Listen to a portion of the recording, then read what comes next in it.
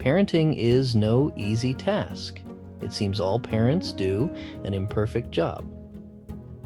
A host of reasons can make the experience of parenting and being parented suboptimal, ranging from environmental factors such as poverty and health problems to the child's temperament. This video will focus on what has been referred to as the ghosts in the nursery, the unresolved emotional issues from the parent's past repeating themselves in the present, and how these ghosts often obstruct the optimal parent-child relationship. Lastly, this video will elucidate how addressing these barriers can help the parent-child relationship by directly overcoming the obstacles in the parent that prevent them from helping the child form a secure attachment, an inner sense of safety and stability needed for ideal development and maturation. The attachment needs of children.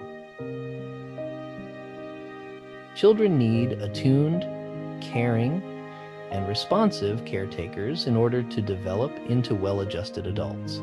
When upsetting events occur, especially events that appear to jeopardize the relationship between the child and the caretaker, as the child relies on for survival. The child experiences intense and complex feelings towards the disappointing parent or caretaker. If the parent has the ability to help the child process her upset feelings and repair the rupture, the child learns emotional literacy, the ability to experience and navigate feelings, conflicts, and relationships constructively, and is likely to form the aforementioned secure attachment style, which is central to growth and human development. Thwarted attachment needs.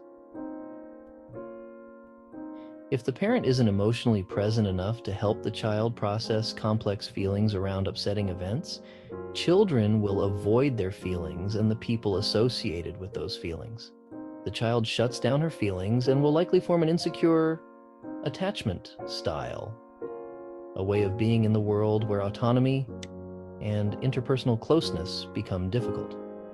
If the relational wounds or attachment traumas are never addressed and worked through, then when the child becomes a parent, the cycle tends to repeat, continuing to pass down the saga of emotional illiteracy. As Selma Freyberg et al. Poetically put it, while no one has issued an invitation, the ghosts take up residence and conduct the rehearsal of the family tragedy from a tattered script. The implication here is that what remains unprocessed and repressed gets reenacted, and whether these parents intend to or not, they wound their children in the ways they were wounded themselves. The optimal parenting style. Parenting styles have been broken down into a few categories: authoritarian, permissive or uninvolved, and authoritative. The general consensus is that the authoritative style, emotionally supportive yet firm and clear about limits and boundaries, tends to be the most helpful in aiding children in developing into conscientious, caring, autonomous adults.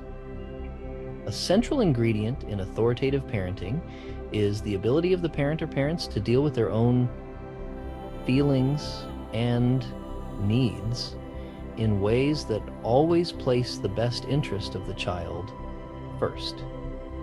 In order for parents to place their children's best interest first, parents need to have worked through at least a portion of their own unresolved emotional and attachment issues, the ghosts from the past.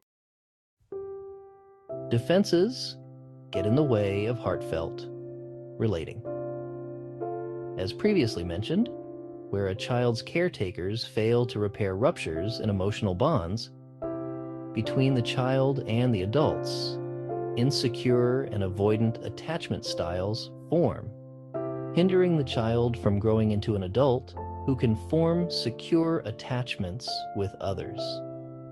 The unprocessed feelings resulting from relational ruptures create a defensive structure that greatly restricts the insecurely attached parent's ability to relate to his or her children in a genuinely attuned, caring, and responsive manner.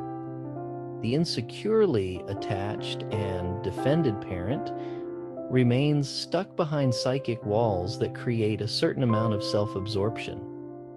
Even if the parent intellectually understands that they need to do various things for their child, such as attending sporting events and theater performances, when these actions are done from an emotionally disconnected place, the child will notice the lack of warmth and emotional presence. Children can sense when parents are half-heartedly going through the motions of doing the right thing. Is there hope? When an insecurely attached person manages to work through their unresolved attachment issues to a certain degree, they are said to have earned a secure attachment. Since there appears to be a correlation between insecure attachment styles and suboptimal parenting styles, it stands to reason that the secure attachment style most readily lends itself to authoritative parenting. Given that insecure attachments form from children not having had the help to process feelings around relational ruptures and disappointments, the earned secure attachment necessary for parenting authoritatively is best achieved through processing these unresolved emotions and facing and expelling the ghosts of the conflictual parental past. Summary. Unresolved emotional conflicts from the past create a negative cycle where parents, often without meaning to, inflict similar psychic wounds that they themselves suffered at the hands of their parents. Generations of emotionally illiterate individuals spring forth, continuing the cycle.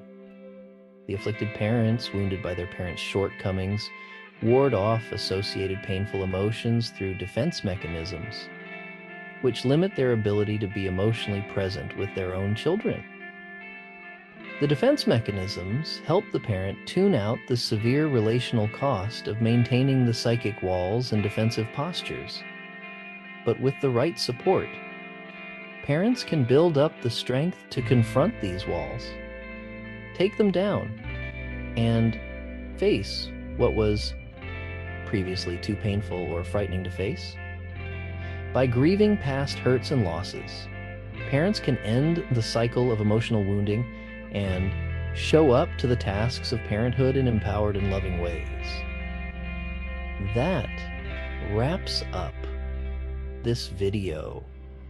I hope it gave you a sense for the importance in doing our own emotional work so that as parents we can tend to the emotional needs of our young.